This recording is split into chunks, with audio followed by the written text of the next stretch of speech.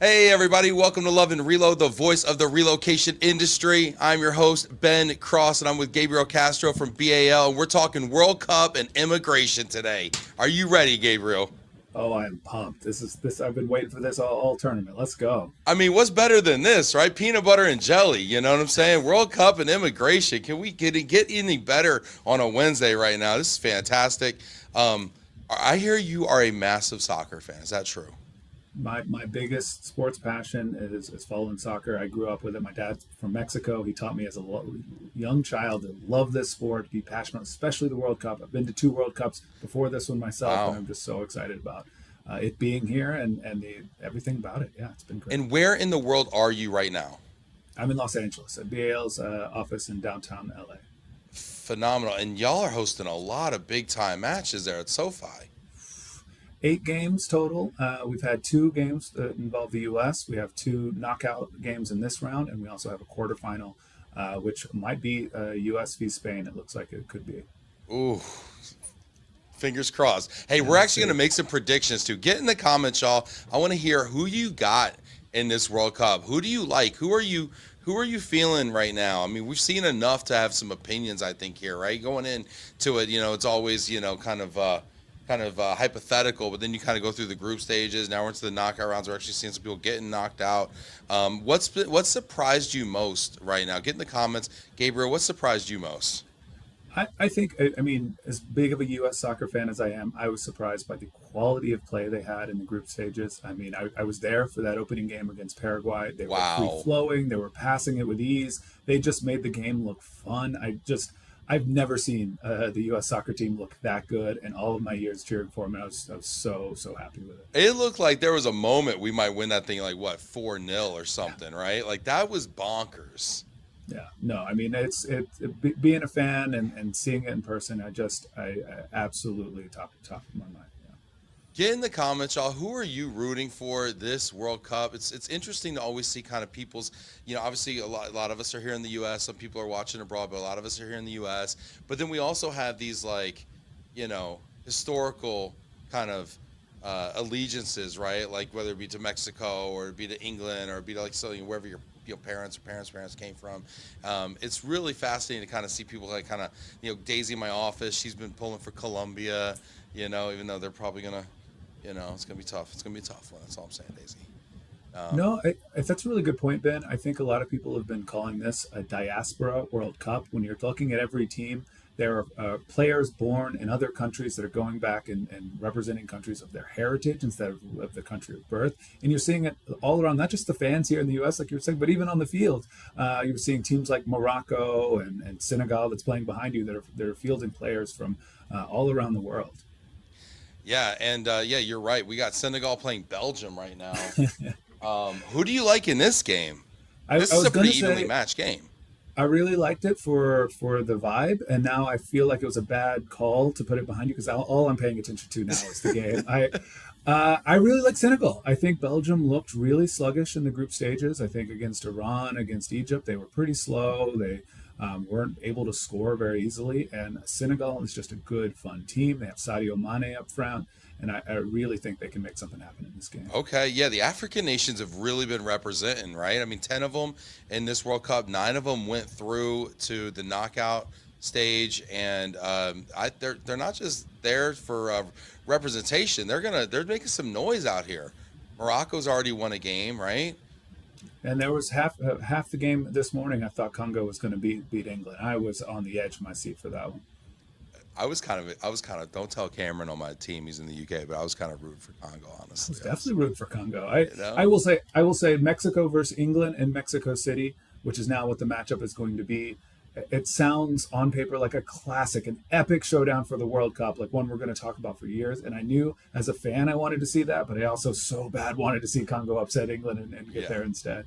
For sure. Get in the comments, y'all. Who are you rooting for? Put it in here. We want to know who do you like. Jillian saying, "Hi, Gabriel. Love the scarf. What are you sporting over there? Tell us about the drip." Yeah, I got a U.S. men's national scarf here. It's for the American Outlaws, the official the official fan club for the team.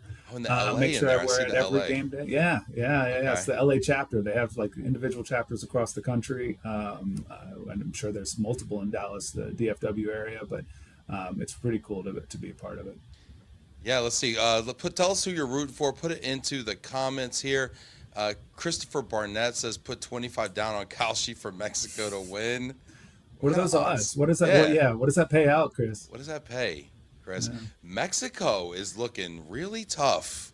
We're going to get into that. We're going to actually, Sharina, our producer, actually did something really cool today. She's actually going to put up a bracket, and we're going to go through and we're going to pick some winners here. Let's see. Oh, I see a little run going on back there. What's happening? Christian Ternen said hi from Irvine, California. So much fun to see Gabriel on the show.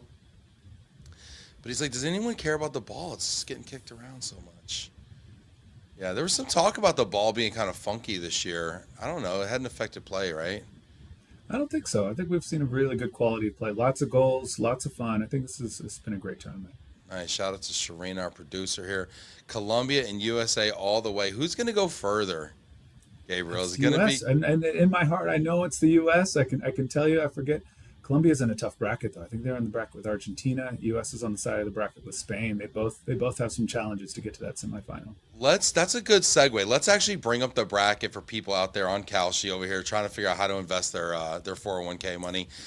Let's bring it up. Sharina did a fantastic job here with the bracket. It looks like so on this bracket here, we've got Paraguay and France have already gone to the next, have already won their games. Canada and Morocco, Brazil, Norway, and Mexico, England. Any surprises here for the teams that have already won? I mean, the biggest surprise has to be Paraguay beating Germany. I mean, the Germans are always favored in the World Cup. I mean, they're one of the strongest historically teams that participate.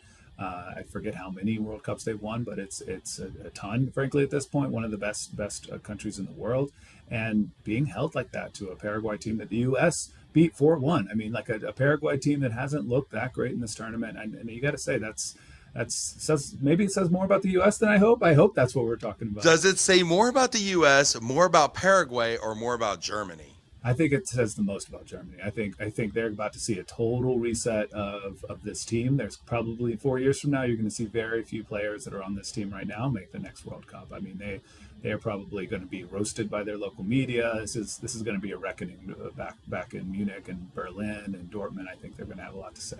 It's going to be bad news. Get in the comments, y'all. Put your World Cup questions or immigration questions in the comments. We're breaking down the World Cup right now. We already saw, speaking of a reckoning, we saw that with South Korea. They sacked their coach as soon as the group stages were over, and South Korea didn't get through. I mean, that was a rough tournament for them. I mean, they didn't make it out of a group that included a pretty rough Czechia team that just made it in a play-in game, and a South Africa team that wasn't that strong, just lost to Canada. I think that's appropriate. They really didn't show the quality that you'd expect with some of the talent they have. You know, you have Sonny, who plays here at LAFC, but also a star midfielder at PSG, and you really think they could make something happen, and they just did not look good in this tournament. Yeah, they should have done a lot better than that. Chris Barnett answers our question. He says $25 will pay $688. Oh my God! I don't have a Kalshi account, Chris. Can you put me down for 25? Yeah, put me down for 25 also. Yeah. What is it about Mexico that is so special this year? I mean, it's the crowd. It's they're the host nations. You have to admit that home field advantage in Mexico City is unmatched. I mean, for one, you have the altitude. I think that before we even get to the fans, let's talk about that. This is a city that's higher than the city of Denver, right? That they are in the mountains in Mexico City. It is tough to play there if you're not used to that altitude. And the Mexican national team showed up there 30 days to train and be ready for it. And especially now that you get in the knockout rounds, this Ecuador team was playing in the U.S. They were playing in New York. They weren't used to that. England has been training in Kansas City. You think they're going to be ready for the mountains? I mean, it's going to be tough. But then you get up there and you hear those Mexican fans, and I mean, they were rocking last night, rocking. And I have to say that there's something about that home crowd cheering them on, and Mexico's looking really good this World Cup. Yeah, they are looking amazing. I actually heard a stat that they have not let up a goal in any of the 4 games so far. And I don't know if that talks about their goalkeeping, if that's about the defense. I saw them running down everybody last night when I watched the game. They caught up to every time it looked like Ecuador was on a run or going to do something, Mexico was stifling. Yeah, yeah, they look great. Also, this is a relocation podcast. Is that right? Sometimes, yeah. Do you ever relocate any of these folks? We actually worked. Sorry, I didn't mean to segue. I know we have some more predictions to go. I wanted to go through some predictions, but let's talk about some immigration stuff too. No, it's fine. I was trying to make a joke, but no, we worked actually with several of the teams here. Particularly, it was easy for the teams to come to the U.S. for the World Cup. They were able to enter on visitor visas, but many of the teams did have some issues that came up with whether it be a criminal issue with a particular player, or of course there are some teams that are coming from countries that are currently banned from entering the United States. And that's where BAL came in and assisted with multiple of those. I mean, many of the teams that you would have seen in the headlines, we worked directly with, helping them get across the finish line and making sure that they were here to compete during the tournament. That's awesome. That's so cool. Yeah. Is that like feel cool when you like worked on somebody's like, visa and you get to see them in the game or something?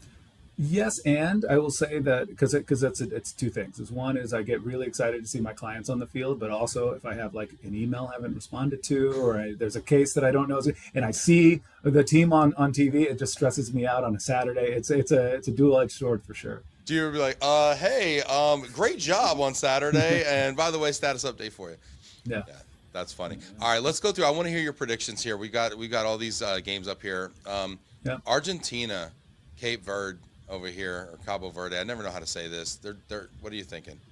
Cabo Verde, one of the greatest stories of this World Cup. I love that they've made it to this round. I would love to see them, put some work in on Argentina. But Argentina looks so good. Messi looks so good. I don't think that's going to be too much in question. Argentina's going to win that game. It's a shame that amazing goalkeeper is going to run into the magician Messi. Well, let's see. I'll be rooting for Cabo Verde here. That's an exciting one. Yeah. Would that be the biggest upset in World Cup history? Going to be close. It would be. That'd be crazy. That'd be crazy if Argentina gets knocked out by Cabo. I mean, the first time the team's in the tournament, they go through, then they draw Argentina. It's like, forget about it. All right, Australia, Egypt. Ruse. Egypt looks so good. Mo Salah is a great winger. I think that they're going to take care of this Australian team. He lost the step though a little bit. He has, but I don't know if Australia has enough to take it to Egypt. They're going to play that low block, all defense and counter strategy, but Egypt's just really good. I think they're going to make it happen here. Yeah, I think so too. I mean, Australia did not look particularly tough in the groups. Switzerland, Algeria. Oh man, that's a tough one. I'm gonna keep going with Algeria. I'm gonna keep picking some African teams here because this is an African World Cup. I think that's the theme, if anything. I think it's actually more evenly matched than most would think, and I really like the way that Algeria played out their group stage, and I like Riyad Mahrez. Somebody's going to help me out with that name if I got it wrong. He's a former Man City player. He is something to be messed with, that's for sure. Now, staying on the African teams here, we have Ghana playing Colombia. I mean, Colombia's historically been. I'm going Colombia. Yeah, I can't. No, they looked just so scary in that Portugal game. I think that they have great attackers. Luis Diaz or Nunez, no, not Nunez, but Luis Diaz from Bayern Munich just looks so good in the group stages, and I think he's going to take it. I think the Ghana team's pretty good. I will say they're not a cakewalk by any means, but I really like Colombia in this tournament. And I think, if anything, that they might be a candidate to upset Argentina. I think that's something we might see here in a few rounds. Yeah. Oh man, that would make Daisy in my office extremely happy. We've got Belgium, Senegal. I think you called that one for Senegal already. Yeah. Let's see if that holds. See if that holds true here so far. It's still 0-0 right now. Okay. Yes, correct. Yeah. Let's go up to this USA. The game we all want to talk about. Tonight's game, USA versus Bosnia. What are you thinking?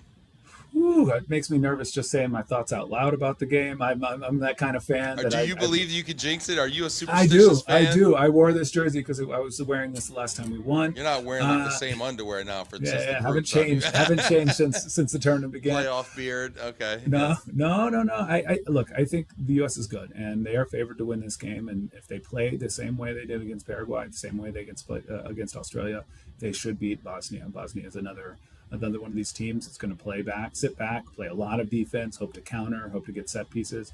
So it's going to take a lot of focus for the U.S. on making sure their defense is set. But I really like the U.S. in this game. I And heard not that just from Bosnia. an American fan. Yeah, I heard that Bosnia. I mean, I agree with you. I think the U.S. has been super strong. I don't know that we've looked as good as we looked against Paraguay. It feels like kind of every game we take a little bit of a. But we've also been sitting people, resting people, right, getting over those cards and everything, and Pulisic's injury and everything. But Bosnia, somebody brought it to my attention. I think Bosnia is who kept Italy out of this World Cup, and so I mean they're no slouch either.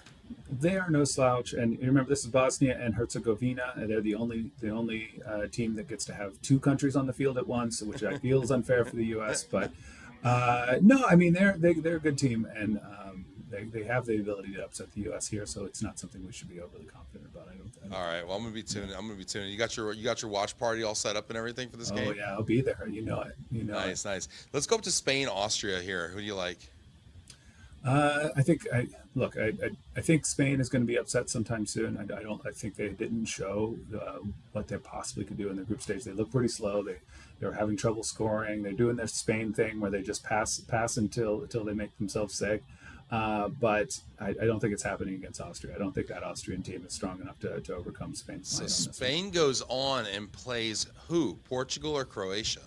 Definitely Portugal. I mean, Croatia's a good team. I think they're coming down from a golden generation, and I mean, I think we'll have multiple 40-year-olds playing in this game. And I think that's something new for the World Cup. But I do think the Portuguese team, Bruno Fernandes, just is the Premier League Player of the Year. I think they're going to keep winning here. I do think that they're probably better without Ronaldo on the field, but who knows how long it'll take them to make that realization. So we'll see.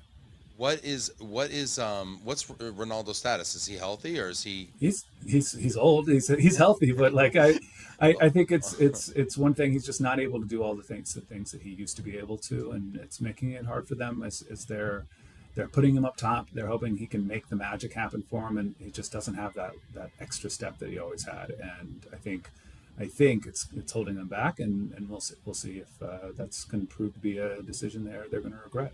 Yeah.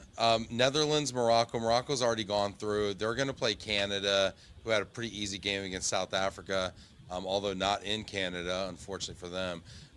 So who do you like here in Morocco versus Canada? Man, Morocco's so good. I really like the way they look out there. I mean, I think they got a poor draw that they had to play Netherlands in the first round, but they beat them. They looked great doing it, and they went out and they kept fighting till the end, and that's why they walked away with that one with a win. Canada's good. I mean, they have some great players, but I don't think they're gonna get through Morocco here. I think we're gonna see Morocco win that game.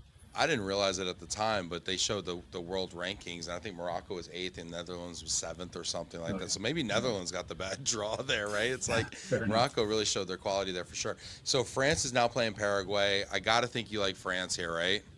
Absolutely. I think France is the best team in the tournament. I mean, you look at them in the group stage, you look at them against Sweden yesterday, they just cannot stop moving the ball. They have a three-headed offensive monster in Mbappe, Dembele, and Olise, and I don't see how either Paraguay or a team in the future is going to stop this team. So now going over to the other side here, we got Brazil versus Norway. Brazil's not the old Brazil, but they're still Brazil. What are your thoughts there? Look, I like Holland. I think he's scoring with ease. I think yesterday he scored with his shin. He'd mishit it, and the ball still went in the net, and that's the quality you're talking about in a striker of his abilities.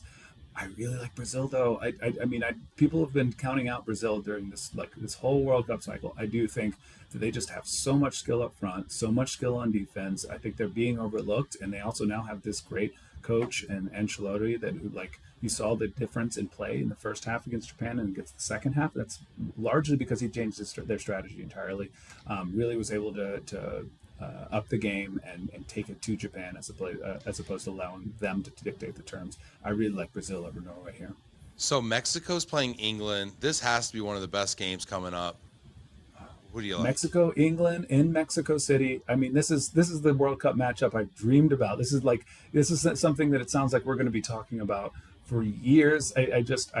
I'm rooting for Mexico, and I really do think that those fans are going to continue to come out for them. I think they've just been so loud, so great, and they make it hard for the other team to play there. We already mentioned the altitude. I think that's going to be a challenge for England. I think the fans are going to be a challenge. I think they're going to come out the night before, not let those English players sleep. I think No. I think this is an opportunity for Mexico to really make a statement win and get to the quarterfinals. Yeah, that Mexico crowd, and I don't know if it's in Azteca in Mexico City or not, but I mean that is a borderline hostile environment. I was talking to a guy from Mexico yesterday. I went to the Norway Cote d'Ivoire game yesterday here in Dallas, and I was talking to a guy, and he was just had so much.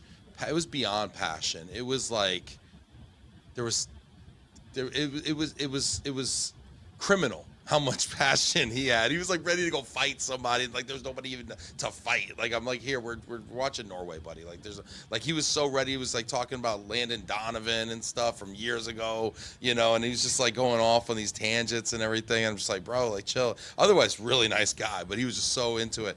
I don't know. Mexico just seems like an absolute buzzsaw. They're not letting anybody score, and anybody's got to play them there. And I don't know how long they got to play in Mexico, but anybody's got to play them in Mexico is just up against it. I don't see anybody beating them in Mexico. I agree with you. That home field advantage is strong in the Azteca. That's true. They feel like a team of destiny. Going to the USA here, I want to see how far is the US going to go. Yeah.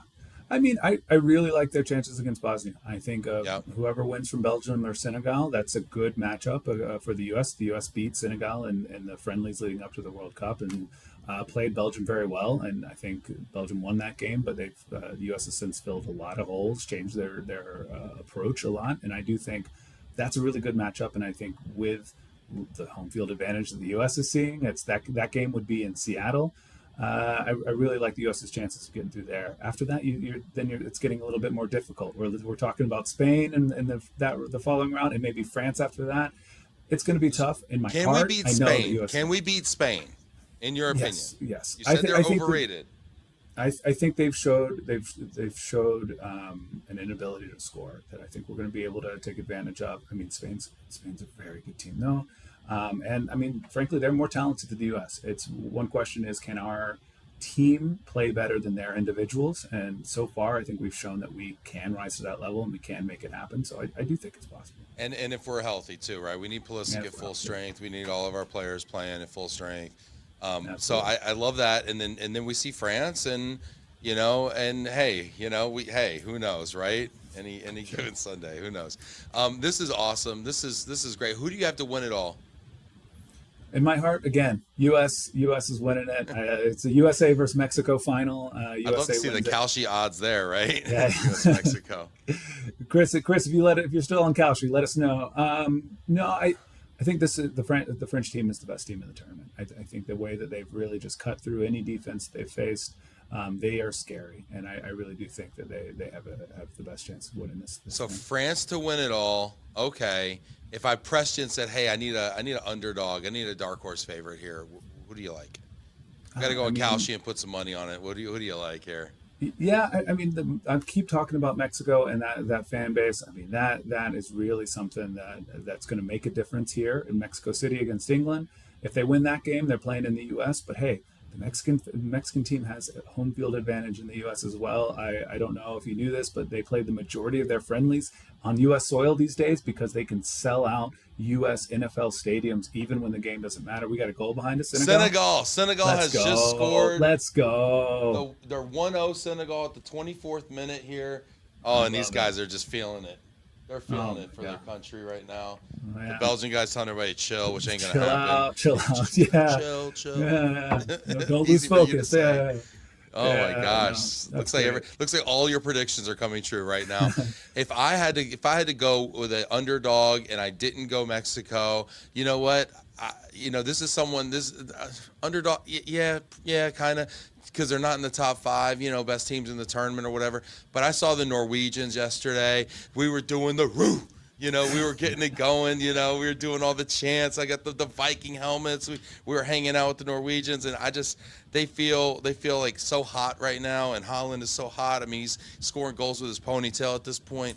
The guy can't miss, right? So it feels like their time. I think what I've noticed, in American football, it's all about who's got the best quarterback, and it feels a lot like in these World Cups, it's like who's got that dynamic striker, that really creative striker that can just always put the ball in the net, and who can score goals like out of nowhere all the time. I mean, this guy's so powerful. He's such a big boned Viking dude who just like goes down the field and just does what he wants. So I don't see anybody stopping Holland. So it's going to be a lot of fun to watch. I would love to see, Mexico, Norway, next. But they got to get through Brazil, and that's not going to be a cakewalk. Yeah, I think that's going to be a good game, though. I think that's going to be a really, really good matchup. Yeah, that's going to be awesome. This is fun. I'm excited. We got the U.S. tonight, 7 o'clock Central Time, I'm told, 5 Pacific. Yeah, I've already got my watch party geared up here, so I'm super stoked about it. Going to the games, and oh, look at Richard here. I knew we'd have you in there from England over here. There we go. We got a little chant going here. That's cool. Don't worry, Mel's got you. USA, USA, USA. Yeah, that's awesome. Going to some World Cup games. You said you've been to 3 so far. Has anything like surprised you about like attending the games? I mean, I think the biggest surprise for me has been the U.S. fans coming out and making the opponent uncomfortable with their cheers, just rocking the SoFi Stadium, or I guess it's Los Angeles Stadium during the tournament.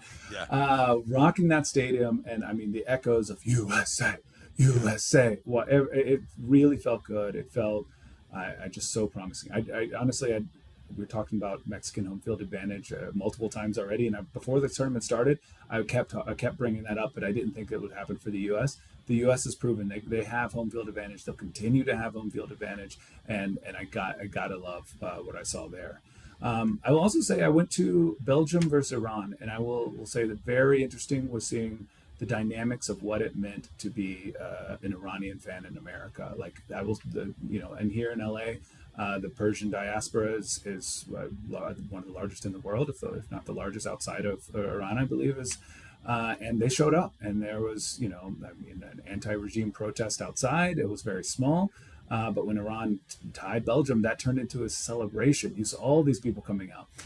You saw during the national anthem, they clearly Iranian fans outnumbered Belgium fans, and they booed the national anthem during the wow. their own national anthem, and waved the pre-revolutionary flag. I don't want to get too political, Yeah, but no. but it was just very interesting seeing those dynamics play out.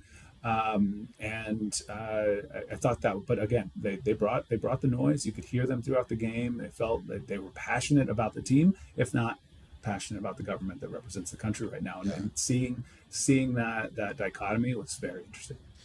Yeah, it has been so cool to watch folks come over and support their country and their culture. Yeah. And you talked about diaspora. I love that word because it's so cool. Everyone's got a couple of teams that they're supporting, and then they bring their food over, and they bring like gosh, what was that one? I think it was Bosnia and Herzegovina. They brought like the world's largest coffee pot with them, and they're making coffee. You've seen this big metal coffee pot. So cool, cool, right? And in Netherlands, they're coming out and they're doing they got the double decker orange bus. They're doing the things, and you just can't help but get swept up in the moment, and you realize why the World Cup's the greatest event in all of sports. No, I absolutely love it. I mean, and you're talking about them bringing their culture to us, which I've loved. And I've loved seeing, say, the Scots in Boston and the Dutch fans and the Japanese fans coming, and like the Japanese that clean up after the game, like that's so cool. Well, we're learning something from each other. We're like, hey, maybe we should be picking up our trash after this game, right? Absolutely. But it's the opposite effect too, right? It's these fans that are coming and learning things about the United States that they never would have before. And you're seeing this, the Buc-ee's trends, the ranch dressing, the chips and salsa, all of this stuff. Yes. Yeah. But one thing you have to remember, and why you're seeing this so much, is that the average tourist coming to the United States, they're going to New York, They're going to LA, they're seeing Disney World, and they're coming in and out. They maybe see just the major cities. It's rare that the average tourist from Europe is going to find themselves in between Dallas and Houston on the highway and needing to find a nice gas station to stop at or a Waffle House. And that's why they're discovering parts of America that they never would have saw before. They're seeing the barbecue, they're seeing Buc-ee's, Waffle House. I don't know if you heard about the Algerian fans in Lawrence, Kansas, and how the people of Lawrence, Kansas have just like welcomed them with big open arms. This has been a World Cup of love, and you can sort of just feel the positivity, and it's just so special. I saw the Algerians. You're so right about that. I saw the Algerians, the Kansas band learn their national anthem and played it for them, right? Awesome. And it's so cool because it cuts through all the news and all the misinformation or misperceptions out there, right, around what the U.S. is, and I love that so much. It gets to the humanity of it. When you put two people together over a beer and some barbecue, like, it's hard not to get along, And Absolutely. I just love the humanity of it. It's been great. In fact, me and the team were hanging out about a week ago, watching the U.S. game. And we were downtown Dallas in Deep Ellum neighborhood, and we're watching the Colombian game out at the at some bar, so I don't even know, some place that was playing it, right? And we're out there watching, and I see this guy walk by, this Japanese guy, and I'm like, hey, dude, I recognize you, and I grabbed him, and I'm like, hey, man, come on in, and like, let's have a beer or whatever. And it was this dude, Bob Travel. Is his Instagram. He's this Instagram influencer that's been traveling around the United States. Was like, came here with like $0. He was like, he was like trying to follow the Japanese team around, and he started by doing a Japanese calligraphy on the streets of Seattle to get like a few bucks, and then like people took him into their home, and people gave him a place to stay, and people gave him money, and all of a sudden in the last couple weeks, he's turned into like this influencer who's getting all these paid deals and everything. And I pulled him in, and he did a sandwich review there, and we're all taking shots. It was so much fun. I just wish it was. I wish it was always like this. Yeah, that's truly awesome. I mean, I think this. Oh, go ahead.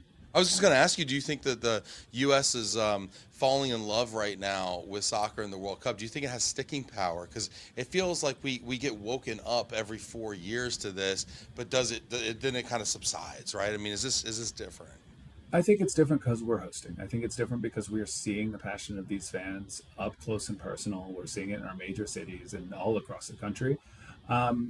I think if you look back in 1994, where soccer was the first time we hosted the World Cup, and we didn't have Major League Soccer at the time. Most of our national team weren't even professional players. We had to pay them just to practice for the World Cup.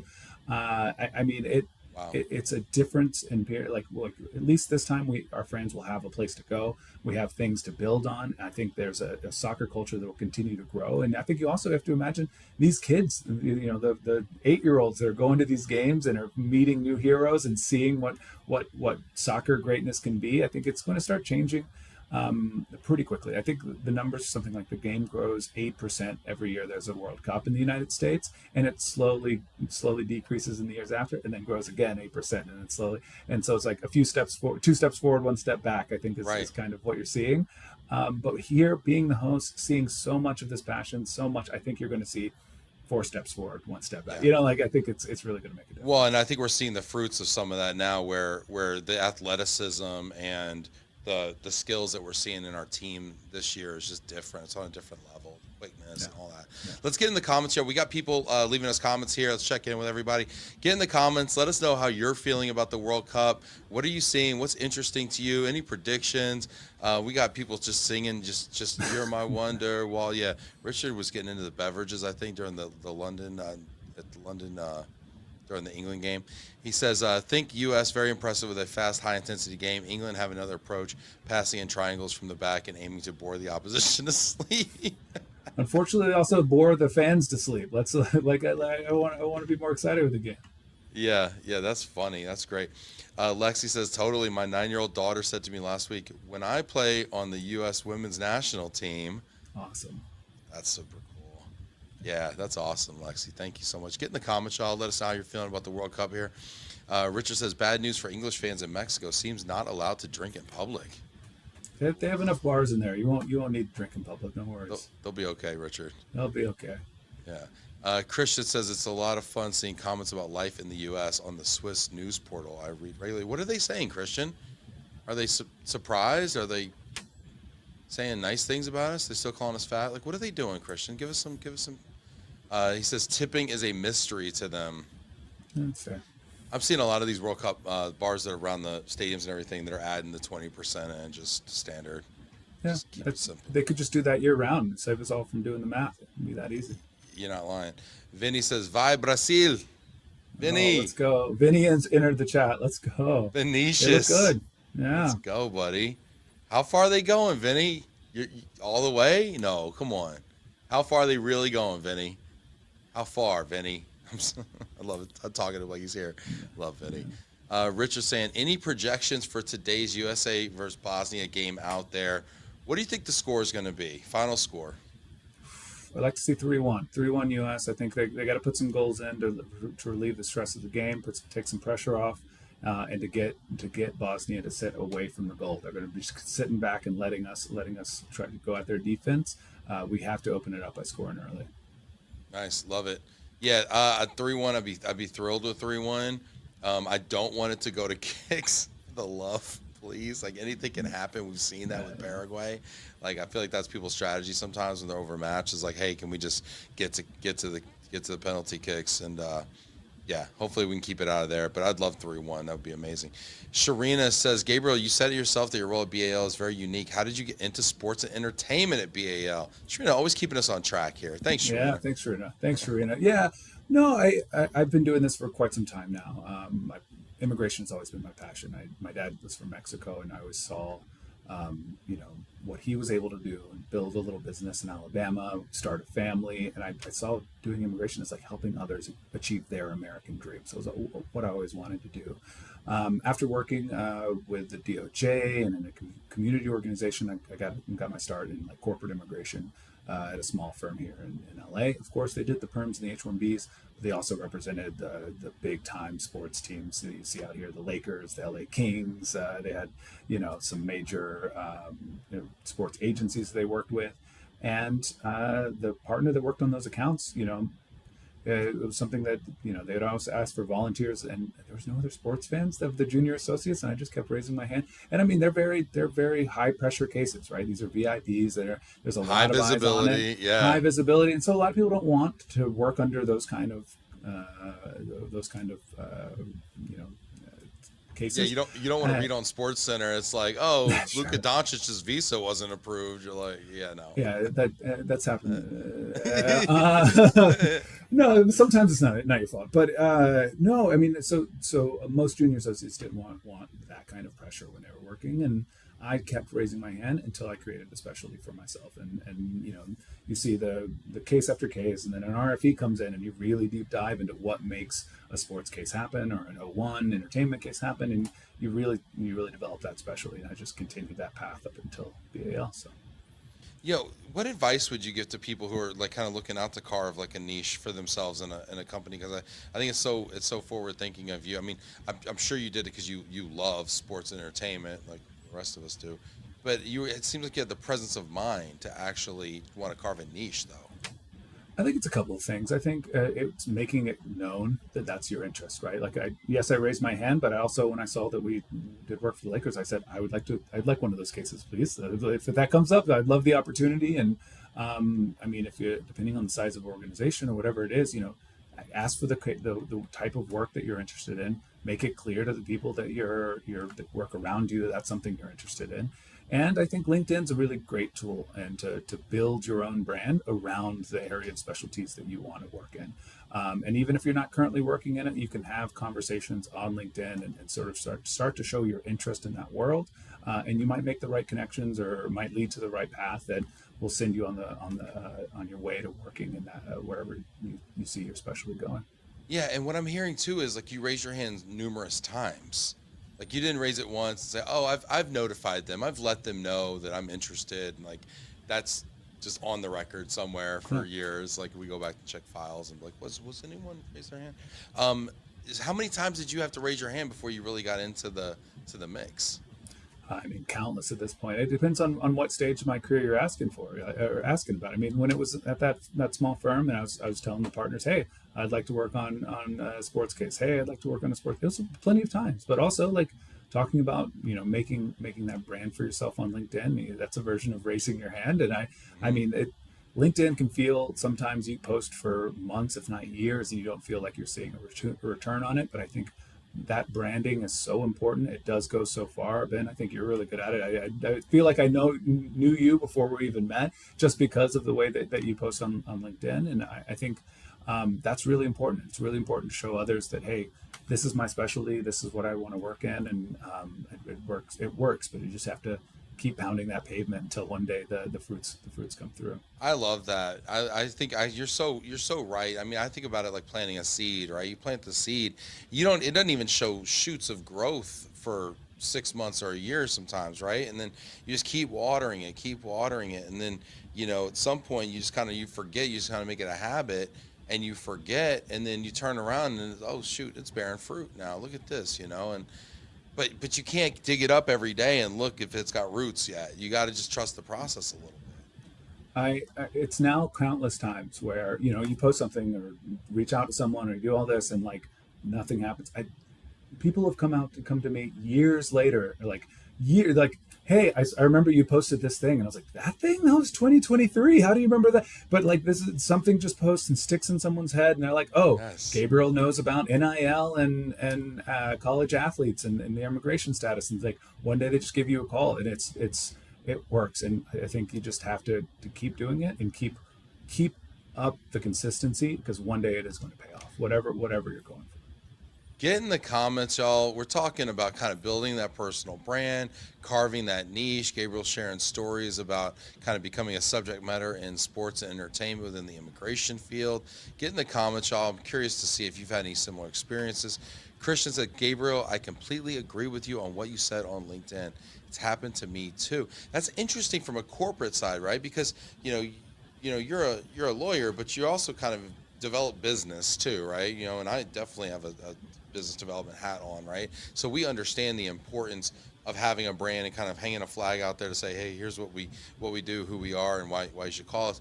But when Christian's over here on the corporate side, right? And it's like, what's the value of that for him? Why should corporate folks be building their brand in the same way?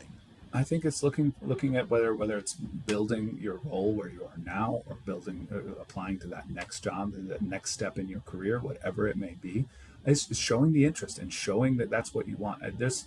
I'm someone who regularly will speak to young attorneys or law students that are like, I want to get into sports law, I want to get into immigration, how do I do it? And they'll send me their resume, and like the first thing I'll say is like, your resume doesn't tell me you care about the thing that you're telling me you care about, right? Like, you reached out and said this is important to you, but your resume does, and like being able to have the experience on your resume would be number one. But if you can't do that, then go and be on social media and talk about sports all the time, talk about immigration all the time, whatever field it is. If you're in the global mobility in-house community, and it's like, oh, I always wanted to, Christian's a great example of this. I always wanted to work in hamburgers or cheeseburgers, like he works at In-N-Out, right. And you just continue to talk about food, and you continue to, and like, I want to do that, but in the food industry. Just make it clear to your network that this is something you're interested in, whether those employers might see it, or whether you have a friend who just heard about the opening. It's like, actually, I know somebody at that company, and I know this guy who works in global mobility and would love to work at In-N-Out. And so I think that's really good. Yeah, I think that's a really good point as well, where it's like, a lot of times I think we wait for people to give us opportunities. We say, oh, I've told them I really like sports entertainment. Are they going to just give me an opportunity? But it's like, but you have an opportunity now, the way things are today, to go out and start doing the work on, like, kind of like, I don't say on the side, but like you can start expressing interest. You can start cultivating that brand. You can start being a sports and entertainment, person, before anyone actually says, okay, your title now is head of sports and entertainment at a law firm. I think people are missing the boat there when they think that they're waiting for someone else to give them permission and to kind of knight them the sports entertainment person. You just go be it. Christian says, I got the corporate job because I built my brand. Were you going hamburger, Christian, or was that just like you just happened to like hamburgers? Was that Yeah, let us know. I actually got to hang Also, out with also, do Christian you get recently. any In-N-Out coupons? The Yeah. Chick-fil-A lady gets coupons. Why aren't you hooking us up, Christian? Yeah, what's up with that global mobility animal style? What's up with that, Christian? It's called pursuit of happiness for a reason, not Yeah, handing fair enough. out happiness. There you go. Christian with the wisdom. Christian with the wisdom today. I love it. Yeah. I love it. Sharina wants to know, do you prefer sports or entertainment?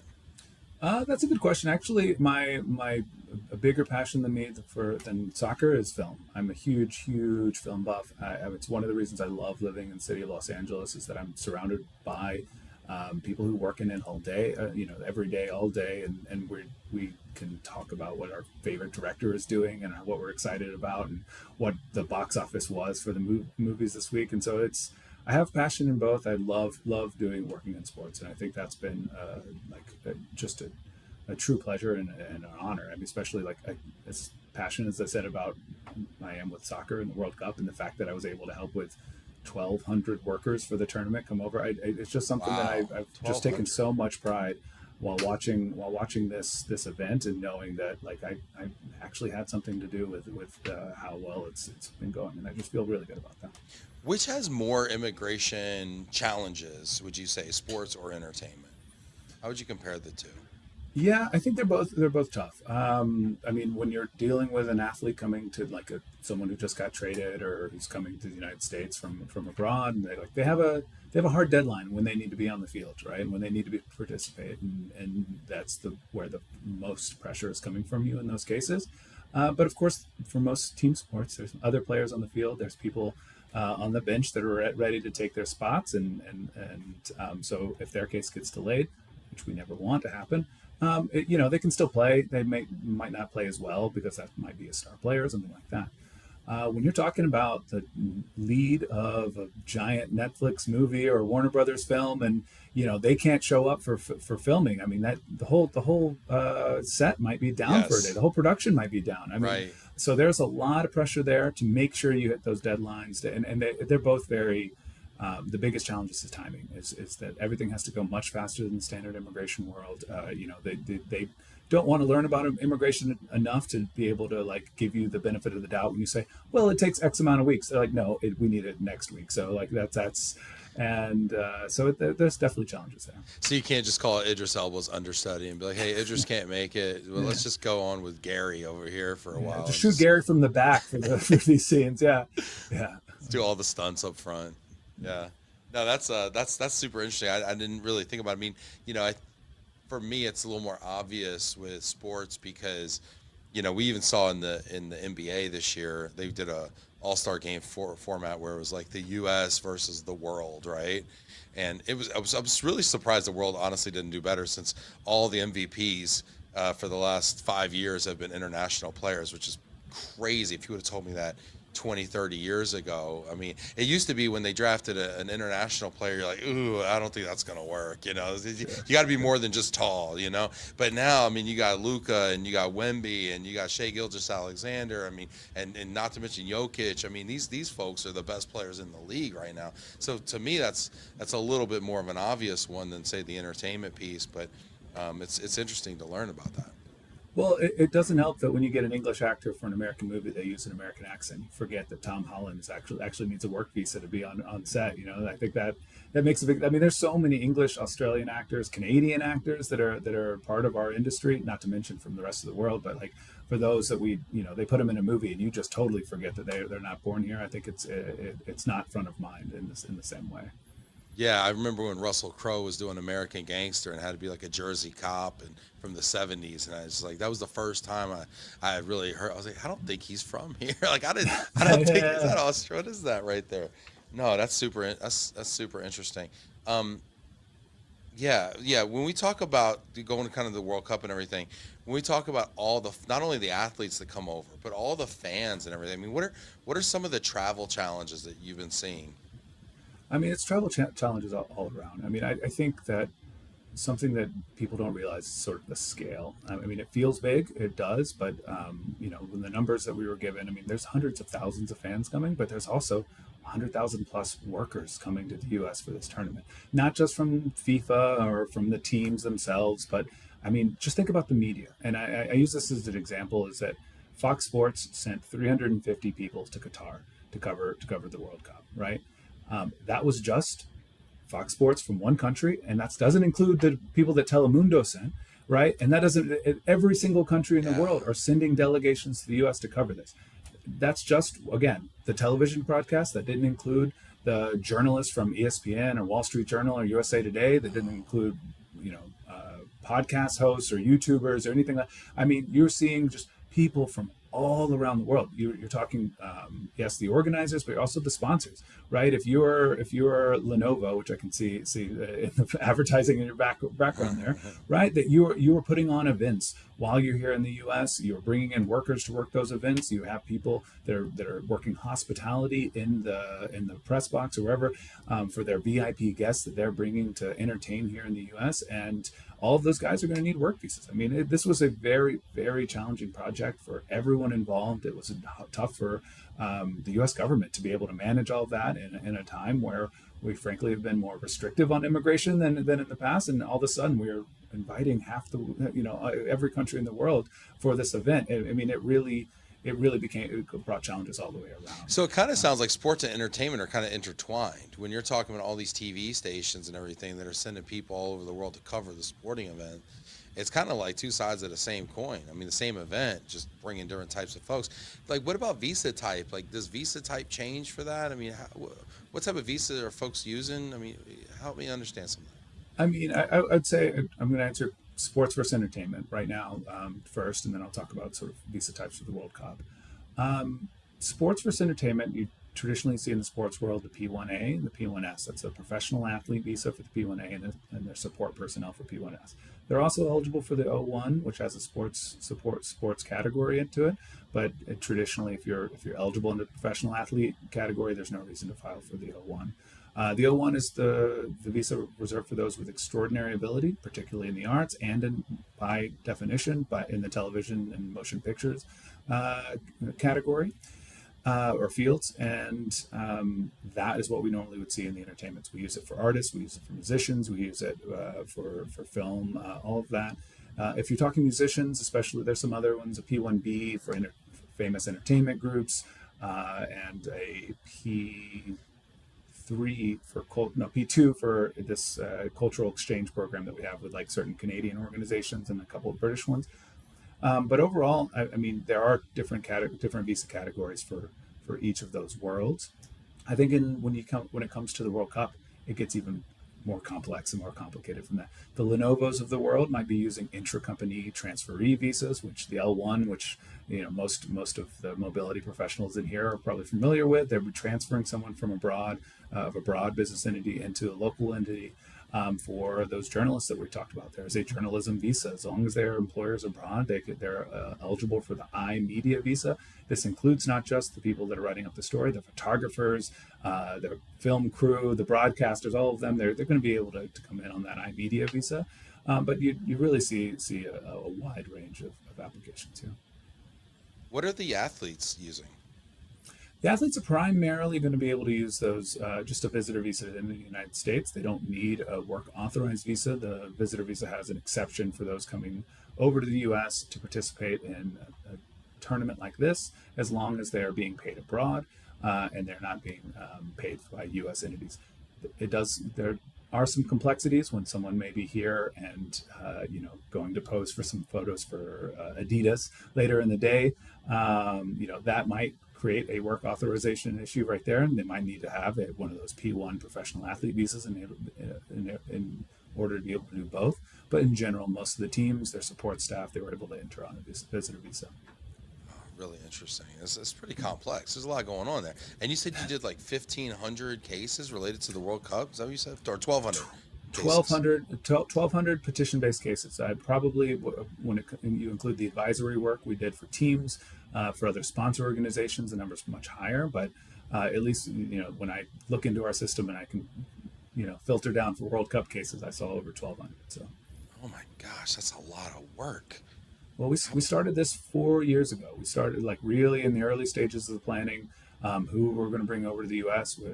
We do have a DC policy group that was been in conversations, high-level conversations with the U.S. government over that 4-year period, discussing strategy, discussing what is and isn't possible. And like everything that I'm telling you right now, many of it has been negotiated with the government on what we are allowed to bring people in, how they're going to work for the World Cup. And of course, this is just the first major tournament that we're going to be hosting over the next several years. We're already going to have to start talking about what we've learned from this experience and how we can improve it for things like the Olympics, the Winter Olympics, the Women's World Cup, the Rugby World Cup that's coming. I mean, this is going to be a very exciting decade for sports in the United States, and making sure that the immigration system works to be able to make it as welcoming and easy for the workers to enter, the players to enter, and everything that we can is going to be very important. So, wow. Well, we appreciate your service because we've been enjoying the sports and the entertainment. So next time I watch a movie with an actor from another country, I'll be like, what if Gabriel worked on that one? Hey, you know what? This has been a lot of fun talking about this, and we got the game going behind us. So you wanna play a little game with me, sure, Gabriel? Let's go. Yeah, let's All see right. it. We got a little game we like to play over here. It's called Overrated, Underrated. All right. I give you a topic, and then you tell me if it is overrated or underrated. And then I tell you if you're right. All right, I'm in. Let's do it. All right, you're in. He's in. He's in. Now, this one's going to be a special edition because it's a World Cup edition. And so at this point, we're overrating or underrating teams in the World Cup. These are teams in the World Cup, all right? Are you ready? You locked in right now? You locked in? I'm locked in. Let's go. All right, overrated, underrated, the U.S. men's national team. Underrated. They're going all the way, guys. There's no way to overrate the U.S. national team. They're so strong. No, I really think they might surprise us here in the next few rounds. So I'm feeling really strong. You know what?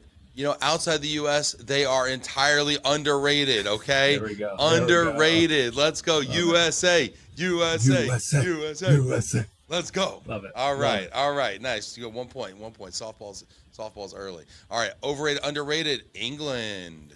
Overrated. They're slugging along in these games. I forgot who told us that they're boring their opponent to death. I mean, Harry Kane's really good, but I do see some weakness in this team, and I think we're going to find out in Mexico. Yeah, I think you might be right. They are overrated. Indeed. Richard says loving it. Yeah, they're overrated. I'm telling you what. Like, it's not coming home. It's not coming home, Richard. Okay? Sorry, buddy. Sheesh. Sorry, hate to break it to him. Next one up, overrated, underrated, Brazil. Underrated. I mean, look, they're Brazil, right? Historically, we think of Brazil as being the best, but you don't hear as much about this Brazil team and their chances of winning this World Cup. And I think they're actually really strong. And I think they might surprise us. I'm not just saying that because Vinny's in the chat. I do think that this is a good one. What do you got? Vinny's going to be on your head if you don't. You know, you can't tell Vinny Brazil is overrated. They're overrated. Bye, Brazil. Bye, Brazil. You can't tell me it. Get out of here, Vinicius. See me. Anyway, no, I love Vinny. Vinny's amazing. Love all my Brazilian friends. But I don't know. They're getting by on their reputation. You know, we got to do the work. I don't know. Is Vinny Jr. going to be enough? Like, I don't know. Maybe. I don't think so though. They got who they got coming up next. They got Norway. They're playing Norway. Norway. Dark horse. I don't think so. We'll see. So. That's gonna be a fun one. Richard's in the chat here. He says England's overrated, and he's English. Yeah. Appreciate you, Richard. He's always honest. That's one thing he is. USA all the way, baby. Let's go, Mel. Yes. What's the score tonight, Mel? What's it going to be? All right. Let's go.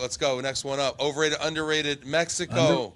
Underrated, and they're proving it to us every single game. There was a 30-minute period last night where they looked like the best team in the tournament. I'm loving this Mexico team. I'm loving them in Mexico, and I think they're going to continue it when the games start here in the U.S. as well. Mexico is underrated. They're going deep. They're going real deep. Let's go. Maybe to the finals. Who knows? How many? When do they come? When do they leave Mexico? This will be their last game. The England game will be their last game in Mexico. I think the next one's in Miami after that. And then after England, then they play the winner of Brazil. In Miami though, like you said, I mean, it's going to be all home games for Mexico. It's going to be all at this point. Yeah. Oh my! I think it's Atlanta after that. I think. I mean, those stands are going to be bright green. We're going to see it. Yeah, we're getting some go pennies over here. Yeah. All right. Do we got one more? We got one more. Overrated, underrated. right. Here it comes. Ghana. Ooh, that's a tough one. Right? I'm gonna say underrated. I think they looked good against England, and I don't think enough people are talking about them. I personally picked them to lose against Colombia, but I think they're actually a pretty good team. So what do you think? You saying overrated? I think they're underrated. I think all these Underrated. African All teams are right. underrated. Okay. Honestly, I think they're Okay. all dangerous. They're all the conditioning all looks phenomenal for these folks. They're tough. Ghana's. Ghana. Look at Senegal's up 1-0 over Belgium. I think this is a year where the blue bloods go down, the dark horses ride, and I think in the U.S. is part of that. Okay, and so is Mexico too. You know what? Yes. Let's go. Let's go. You know what? This has been a lot of fun, Gabriel. I've had a real blast, dude. I can't wait to watch a soccer game with you one day. Absolutely, absolutely. Where are you watching the U.S. game tonight? I think I'm going to Boomer Jacks. I'm going Daisy Boomer and her Jacks. family. Boomer Jacks. We're going to Boomer Jacks, baby. I don't even know what a Boomer Jacks is, but I'm so excited for you right now. That sounds awesome. It's gonna be amazing. Boomer dude. Jacks. All Let's right, go. We do a shot Let's and a go. beer, and when they score a goal, we do the shots, and then we shoot a chance, and then we find out they were offsides, and then we just do way too many shots. But anyway, it's gonna be a lot of fun. Yeah, where are you going to watch it, Gabriel? The Red Lion Tavern, German brew house. I'm excited. It's going to be packed. They do a great job showing the game. Well, and now the Germans don't have anybody to root for. They got to go for the U.S. for the Yanks. You know. Absolutely. This Hey, is awesome. let's do a round of Boomer Jacks sometime. All right, next time I'm in Dallas. Next time you're in Dallas, I'm taking you to Boomer Jacks. That's it. Right. Let's do it. This is not paid for by Boomer Jacks. No, or Lenovo or IBM or any of these folks that are buying this right now. Hey, everybody, this has been a blast. We got one tomorrow, Sharina? Yes, stay tuned tomorrow, same time, same channel. We will see y'all tomorrow. Go U.S., huh? All right. Thanks, Ben.